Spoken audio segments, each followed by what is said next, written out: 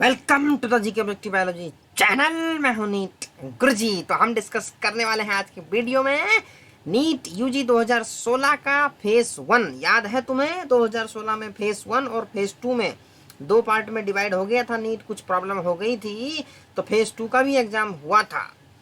तो ये एग्जाम हुआ था 1 मई 2016 को। ठीक है जी। कोड क्यू हम डिस्कस करेंगे। बायोलॉजी का चैनल है GK objective biology, YouTube channel है। मैं हूं नीट गुरुजी। तो हम शुरू करते हैं आज बायोलॉजी के पोर्शन को। क्वेश्चन नंबर 46 से शुरुआत करेंगे। The two polypeptides of human insulin are linked together by. भैया इंसुलिन की जो दो पॉलीपेप्टाइड होती है उनके बीच में किस टाइप की लिंकिंग होती है? तो बहुत ही सिंपल क्वेश्चन है। डाइसल्फाइड ब्रिजेस होते हैं। ठीक है जी। तो ये क्वेश्चन तुम्हारा करेक्ट हो, इस 46 का हो जाएगा। ऑप्शन नंबर 3 करेक्ट हो जाएगा। सिंपल सा क्वेश्चन है। बायोटेक्नोलॉजी में इंसुलिन का डायग्राम दिया हुआ है, वहां से क्वेश्चन लिया गया है। Question number 46। आ जाइए 47 पे। The coconut water from tender coconut represents. अरे भैया कोकोनट वाटर क्लियर मेंशन्ड है एनसीईआरटी में। फ्री न्यूक्लियर एंडोस्पर्म होता है ये, फ्री न्यूक्लियर एंडोस्पर्म। ठीक है जी। Question number 47 option number 3। 48 में कह रहे हैं which of the following is not a feature of the plasmids. कौन सा फीचर प्लाज्मिड का नहीं है? तो सर्कुलर होता है क्या? हाँ जी होता है। ट्रांसफरेबल होता है क्या? ट्रांसफर तो होता है। सिंगल स्टैंडर्ड आरएन नहीं भैया, ये डबल स्टैंडर्ड होता है। पूछा क्या है? नॉट इंडिपेंडेंट रेप्लिकेशन होती है क्या? हाँ, क्योंकि इसकी खुद की ओरी साइट होती है, ओरिजिन ऑफ रेप्लिकेशन। तो करेक्ट आंसर ये हो जाएगा, ये डबल होता है, सिंगल नहीं होता है। आ जाइए अगले क्वेश्चन पे। Which is the national aquatic animal of India? भैया बड़ा सिंपल क्वेश्चन है। National aquatic animal of India तो रिवर डॉल्फिन। कहाँ पाई जाती है सबसे ज्यादा? गंगा रिवर में सुना है क्या डॉल्फिन होती है? तो यही तो है तुम्हारी national aquatic animal of the India. यहाँ पे नेशनल एनिमल नहीं पूछा है मेरे मालिक, यहाँ पूछा है नेशनल एक्वेटिक एनिमल, क्योंकि इसकी संख्या बहुत कम होती जा रही है, इसलिए इसको कंजर्व करने के लिए स्पेशल स्टेटस दिया गया है। आगे आ जाओ। Avena curvature test is used for the bioassay of. अरे ऑक्सीन के लिए होता है। इनमें से ऑक्सीन कौन सा है? तो जिबेरेलिक एसिड है, इथाइलिन, ये एब्सिसिक एसिड है। तो इंडोल एसिटिक एसिड यही तुम्हारा ऑक्सीन है। तो इसके डिटेक्शन के लिए एविना कर्वेचर टेस्ट होता है। चलिए आगे 51।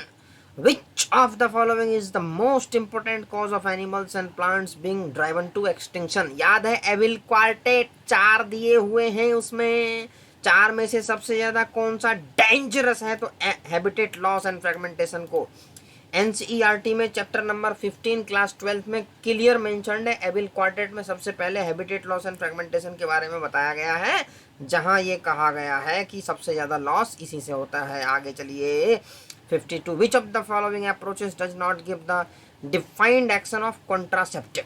तो इसमें 4 कॉन्ट्रासेप्टिव दिए हुए हैं, इसमें से पूछा डज नॉट गिव। तो intra uterine device, increase phagocytosis of sperm, suppress sperm motility, IUD. इसके अंदर कॉपर टी आता है क्या? हाँ जी आता है। तो ये सप्रेस स्पर्म मोटालिटी करता है क्या? तो करता है। A is correct. दूसरा आ जाओ। हार्मोनल कॉन्ट्रासेप्टिव क्या? Prevent retard entry of sperm, prevent ovulation fertilisation. हाँ जी ये भी ठीक है, ये भी काम करते हैं। Vasectomy prevent spermatogenesis. अरे भैया ये फंस गया, ये इनकरेक्ट है। वासेक्टमी से क्या होता है? स्पर्म को आगे जाने से रोकता है, तो अल्टीमेटली क्या हो जाएगा? लेकिन ये स्पर्मेटोजेनेसिस तो होती है उसके अंदर, तो इनकरेक्ट वाला तो यही हो जाएगा भैया। तो बैरियर मेथड्स प्रिवेंट फर्टिलाइजेशन, जाहिर सी बात है फर्टिलाइजेशन को प्रिवेंट, क्योंकि वो स्पर्म की एंट्री को होने नहीं देंगे तो फर्टिलाइजेशन को रोकेंगे।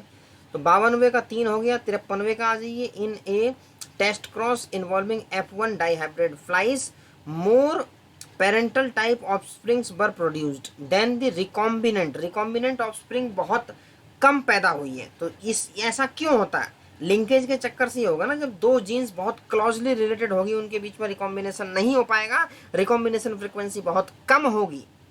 तो कौन सा ऑप्शन है? क्रोमोसोम फेल टू सेपरेट नहीं हो सकता। The two genes are linked and present on the same chromosome, ये प्रोबेबल आंसर है इसका।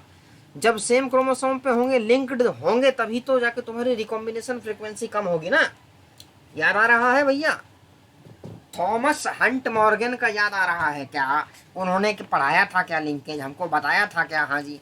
तो लिंकेज में, लिंक्ड जीन में बहुत कम रिकॉम्बिनेशन होती है, तो उसके बेसिस पे एक क्वेश्चन आया हुआ है। 54 पे आ जाइए। ए typical fat molecule is made up of.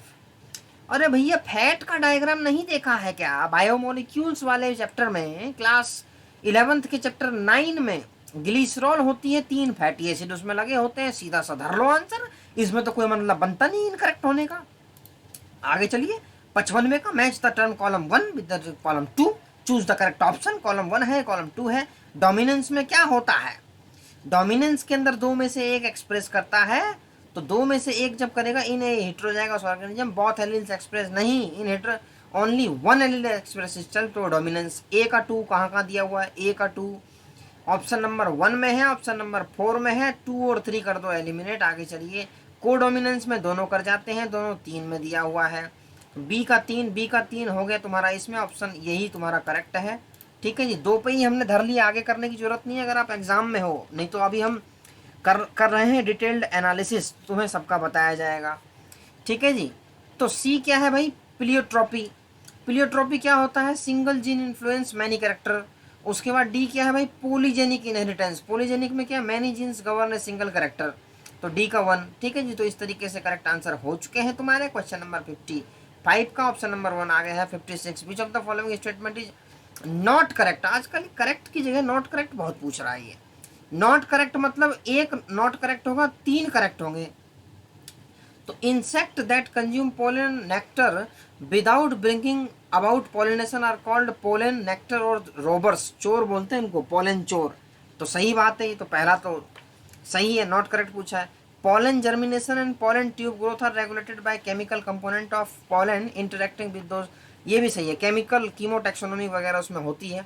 ठीक है, कीमोटैक्सिस केमिकल्स के रिकॉग्निशन के बेसिस पे उनका जो है आगे फर्दर प्रोसेसिंग होती है।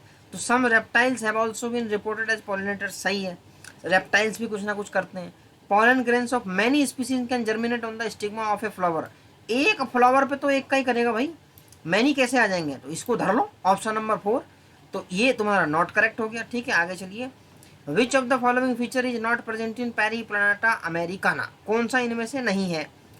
तो इनडिटर्मिनेट एंड रेडियल क्लीवेज, अरे पहला ही नहीं है भैया। क्वेश्चन नंबर 57 क्या होता है? कॉकरोच के अंदर स्पाइरल एंड डिटर्मिनेट, सीधा उसका उल्टा दिया हुआ है, दोनों टर्म रेडियल और इनडिटर्मिनेट, तो यही हो जाएगा। नॉट की बात कर रहा है ना, तो exoskeleton composed of N acetyl glucosamine क्या होता है? हाँ उसमें होता है। मेटामेडिकली सेगमेंटेड बॉडी, अरे बिल्कुल होती है। साइजोसिलोम एज बॉडी कैविटी, बिल्कुल सही है। 58 water soluble pigments found in plant cell vacuoles. Water soluble जो होते हैं वो होते हैं तुम्हारे एंथोसाइनिन। ठीक है जी, वाटर सोल्यूबल की बात कर रहे हैं तो एंथोसाइनिन वाटर सोल्यूबल होते हैं। क्वेश्चन नंबर 59 में कह रहे हैं कि a cell at telophase stage पे is observe by student brought from the field, he tells teacher that की cell is not like other cells at telophase stage, मतलब दूसरों सेल की तरह नहीं कर रही, कुछ अलग है इसमें कहानी। There is no formation of cell plate, मतलब कि सेल डिवाइड नहीं कर रही है। And thus the cell is containing more number of chromosome, तो क्या इंडिकेट कर रहा है? क्रोमोसोम का नंबर बढ़ता चला जा रहा है, लेकिन सेल प्लेट नहीं बन रही है, इसका मतलब साइटोकाइनेसिस नहीं होने वाली है। जब नहीं होगी तो क्या बढ़ेगी? प्लॉइड ही बढ़ेगी ना। हैप्लॉइड से बन जाएगा, डिप्लॉइड से बन जाएगा, ट्रिप्लॉइड से बढ़ती चली जाएगी, व्हीट वैराइटीज हेक्साप्लॉइड तक होती है। तो क्वेश्चन नंबर 59 का ऑप्शन नंबर 1 धर लो, पॉलीप्लॉइडी हो जाएगी, प्लॉइडी उसकी बढ़ती चली जाएगी, मतलब कि डीएनए तो रेप्लिकेट हो रहा है, क्रोमोसोम बढ़ रहे हैं, लेकिन सेल नहीं डिवाइड नहीं हो रही है, तो प्लॉइडी बढ़ती चली जाएगी। आगे चलिए question number 60। A plant in your garden provides photorespiratory losses, avoids photorespiratory losses, has improved water use efficiency, so high rate of photosynthesis at high temperature, धर लो। C4 के हैं करेक्टर, C4 के ये सारे करेक्टर हैं। ठीक है जी, ये जो जैसे ही पता लगा ना high rate of photosynthesis at high temperature, तो हाई टेम्परेचर किस में होता है? C4 में होता है। हो गया आंसर। आगे चलिए। In higher vertebrate, the immune system can distinguish self and non-self. If this property is lost due to genetic abnormality and it attacks self cells, तो उसमें क्या हो जाएगा? ऑटो इम्यून डिसीज हो जाएगी। ऑटो इम्यून में यही तो होता है, हमारे ही जो एंटीबॉडी है वो हमें ही धरना शुरू कर देते हैं, तो उस केस में ऑटो इम्यून डिसऑर्डर हो ही जाएगा। 62 पे आ जाओ। Emerson's enhancement effect and red dropper है भैया। फोटोसिंथेसिस वाले चैप्टर में तुमने पढ़ा है क्या? इसमें क्या होता है, ये जो है ये कहाँ किसके में डिस्कवर किए गए थे? क्वेश्चन नंबर 62, एमर्सन इन्हेंसमेंट, ठीक है जी, Emerson enhancement effect and red drop, red drop, far red, ठीक है, ये सब टर्म सुनी हुई है तुमने। तो किसमें हुए थे? Two photosystems operating simultaneously, ठीक है जी, 62। तो ये वाला है, इसके डिस्कवरी में यूज हुए थे। दो फोटो सिस्टम जो है ना, PS1 PS2 साइमल्टेनियसली ऑपरेट होते हैं, तो वहाँ ये डिस्कवर हुए थे इनकी मदद से, ठीक है। Emerson enhancement effect and red drop, इसके डिस्कवरी में बहुत बड़ा रोल था इनका। 63 में कह रहे हैं सेलेक्ट द करेक्ट स्टेटमेंट। अब करेक्ट पूछा हुआ है तो साल्विनिया जिंगोपाइनस ऑल आर जिम्नोस्पर्म, ये साल्विनिया का जिम्नोस्पर्म है तो नहीं है, पहला तो हो गया incorrect. Sequoia is one of the tallest tree, इसको रट लो, बार बार रिपीटेड क्वेश्चन आ चुका है, ये सबसे टॉलेस्ट है, जिम्नोस्पर्म का पार्ट है, बिल्कुल सही है ये। The leaves of gymnosperm are not well adapted, क्यों नहीं अडेप्टेड है भैया? इसके तो बिल्कुल हैं। जिम्नोस्पर्म आर बहुत होमो एंड हेट्रो, नहीं, दोनों कौन से होते हैं? टेरिडोफाइट्स होते हैं। जिम्नोस्पर्म तुम्हारे हेट्रोस्पोरस हैं, तो उसके बाद ये वाला तुम्हारा करेक्ट एक ही होगा, ऑप्शन नंबर 2। आगे चलिए 64 पे, विच of the following is not a characteristic feature during mitosis in somatic cells. Mitosis में जो नहीं होता, तो डिसअपीयरेंस ऑफ न्यूक्लियोलस होता है, क्रोमोसोम मूवमेंट होता है, साइनेप्सिस, अरे साइनेप्सिस तो मियोसिस 1 में होता है, तो यहाँ कहाँ से होता है? तो यही तुम्हारा नहीं होता है, यही तो पूछा है, जो माइटोसिस के अंदर नहीं होता है, तो साइनेप्सिस नहीं होता है। आगे चलिए, स्पिंडल फाइबर तो बिल्कुल बनेगी नहीं, तो भैया मूवमेंट कैसे होगा क्रोमोसोम का? चलिए आगे 65 पे, blood pressure in pulmonary artery is, artery के अंदर वेन्स से ज्यादा प्रेशर होता है, तो is more than that in pulmonary vein. Oxygenated deoxygenated नहीं देखना है हमें, आर्टरी और वेन देखनी है, तो आर्टरी के अंदर ज्यादा होता है, वेन के अंदर, वेन्स से ज्यादा होता है आर्टरी के अंदर। Which of the following structures is homologous to the wings of the bird. Homologous में क्या होता है? सेम स्ट्रक्चरली सिमिलर ऑर्गन, जो होते हैं तुम्हारे स्ट्रक्चरली सिमिलर ऑर्गन्स, अलग अलग फंक्शंस को परफॉर्म करते हैं, तो होमोलोगस में आ जाते हैं। कौन कौन से हैं? 66 का तुम्हारा हो जाएगा करेक्ट आंसर, ये फ्लिपर्स ऑफ वेल, ठीक है, wings of the birds and flippers of the well. इनका ओरिजिन तो सेम है लेकिन फंक्शन अलग अलग है, इसलिए ये दोनों जो है तुम्हारे हो जाएंगे होमोलोगस स्ट्रक्चर्स, ठीक है। सीड फॉर्मेशन विदाउट फर्टिलाइजेशन, एक ही टेक्निक है एपोमिक्सिस, एपोमिक्सिस सही होती है ये, और सिट्रस स्पीसीज में ये बहुत मतलब वाइडली रिपोर्टेड है एपोमिक्सिस वाला केस, पोली एम्ब्रियोनी एपोमिक्सिस, ठीक है। क्लास 12th के चैप्टर नंबर 2 में sexual reproduction in flowering plant, last paragraph है, वहां से क्वेश्चन आया हुआ है। 68 name the chronic respiratory disorder. देखो आजकल ये बहुत रिपीटेडली पूछा जा रहा है, क्रॉनिक जिसमें कि सिगरेट स्मोकिंग से होता है, वो एम्फाइसीमा होता है, इसमें सरफेस एरिया कम हो जाता है लंग्स के अंदर, ठीक है जी, तो एम्फाइसीमा हो गया। Spindle fibre attached on to kinetochore of the chromosome. अरे स्पिंडल फाइबर कहाँ होते हैं भैया? स्पिंडल फाइबर तो तुम्हारे काइनेटोकोर में ही जाके अटैच होते हैं ना, क्रोमोसोम के अंदर। In context of amniocentesis which of the following statement is incorrect.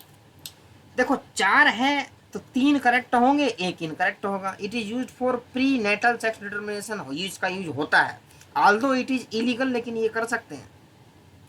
It can be used for detection of down syndrome, हाँ ये तो ऑफिशियल इसका यूज है। It can be used for detection of cleft plate, अरे ये कहाँ से आ गया क्लेफ्ट प्लेट, यहाँ कहाँ से आ जाएगा, ठीक है, ये तीसरा हो गया तुम्हारा incorrect. It is usually done when a woman is between 14 से 16 वीक, सही है ये, तो 70वें का हो जाएगा ऑप्शन नंबर 3, ठीक है जी। इस तरीके से हमने कर लिया है इसमें क्वेश्चन नंबर 46 से लेकर 70 तक। तो GK objective biology channel by NEET Guruji, इसको कर लें सब्सक्राइब ऐसी वीडियोस पाने के लिए, और latest update related to NEET study materials as well as for biology, chemistry, physics, important questions भी लगेंगे इसमें, रैंक बूस्टर डोज भी है जो तुम्हारी रैंक बढ़ाएगी, तो चैनल को सब्सक्राइब जरूर कर दीजिएगा। चलिए